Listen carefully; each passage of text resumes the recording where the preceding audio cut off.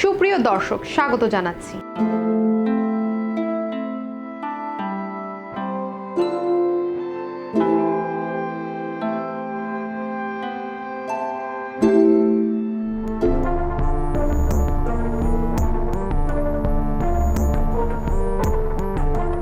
মাগুরায় ৮ বছরের শিশু আছিয়া ধর্ষণ ও হত্যাকাণ্ড মামলায় প্রধান আসামি হিটু শেখকে মৃত্যুদণ্ড দিয়েছে আদালত। পাশাপাশি ৩ আসামি সজীব শেখ, সজীবের ভাই রাতুল শেখ ও তাদের মা রোকেয়া বেগমকে খালাস দিয়েছেন আদালত। এ রায়ে অসন্তোষ প্রকাশ করেছেন শিশুটির মা ও মামলার বাদী আয়েশা বেগম। আমি তো গরিব মানুষ, তাই না? এসে যদি বড় করে যাই করে তাহলে কি করবেন? আমার সদর কি ভালো, সদর তো আরো দিলে আজকে আমার করলে কালকে আপনার করবেন, আপনারা মজাটা টের। তিনি বলেন, হিটু শেখের ফাঁসির আদেশ হলেও অন্য ৩ আসামিকে খালাস দেওয়া হয়েছে।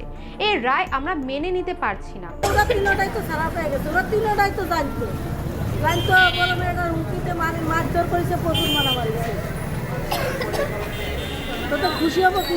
শনিবার সকাল 9:30টার দিকে জেলার নারী ও শিশু নির্যাতন দমন ট্রাইব্যুনালের বিচারক এম জাহিদ হাসান এ রায় দেন।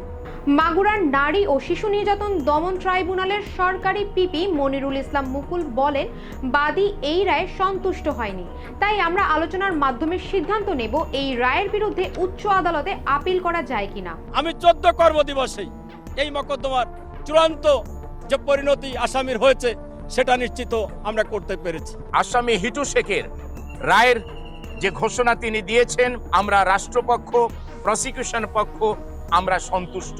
যে আসামিদেরকে তাদেরকে যে অ্যাকুইট বা খালাস করা হয়েছে, আমরা প্রয়োজনে উচ্চ আদালতে অ্যাপিল করব।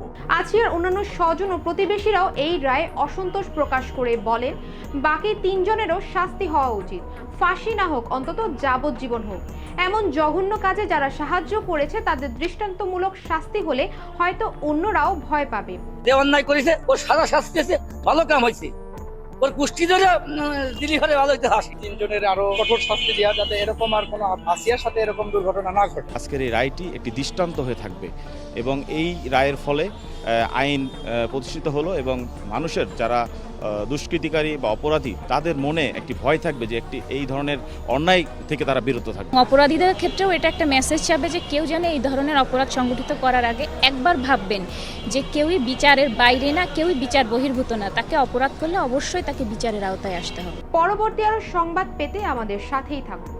শ্রাবণী সরকার, গ্লোবাল ভয়েস 24।